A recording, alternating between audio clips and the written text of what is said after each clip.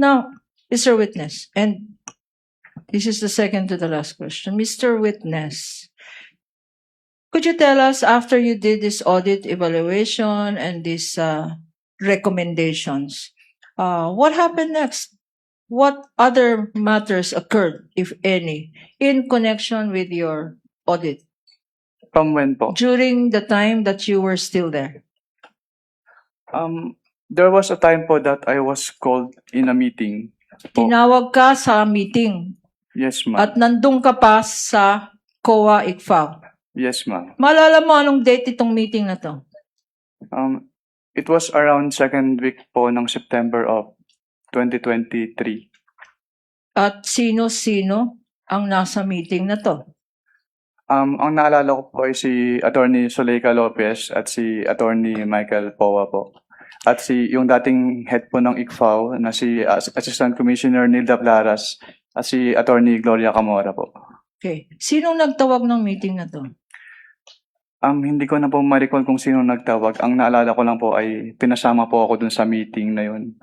Pinasama ka? Bakit ka pinasama sa meeting na to? Dahil ako po yung in charge of the audit of the confidential fund nung DepEd at OVP po.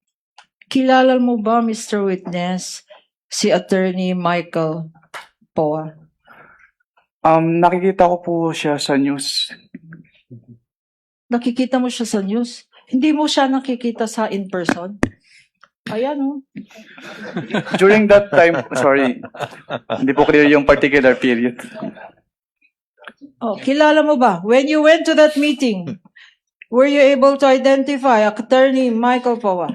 Nagpakilala po sila, ma'am. Nagpakilala sa'yo. Okay. And what happened during that meeting? Attorney, sorry for that. No, that's fine. Nagpapagising lang tayo. Okay lang po. But you confirm that this is the attorney that you saw in that meeting. Yes po. Okay.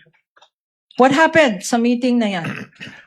They asked po about the liquidation process po ng confidential fund and yung mga supporting documents po na required with respect to the liquidation documents po. Okay. Sinabi mo, before I go to the next question, sinabi mo na nandun din si Attorney Zuleika Lopez.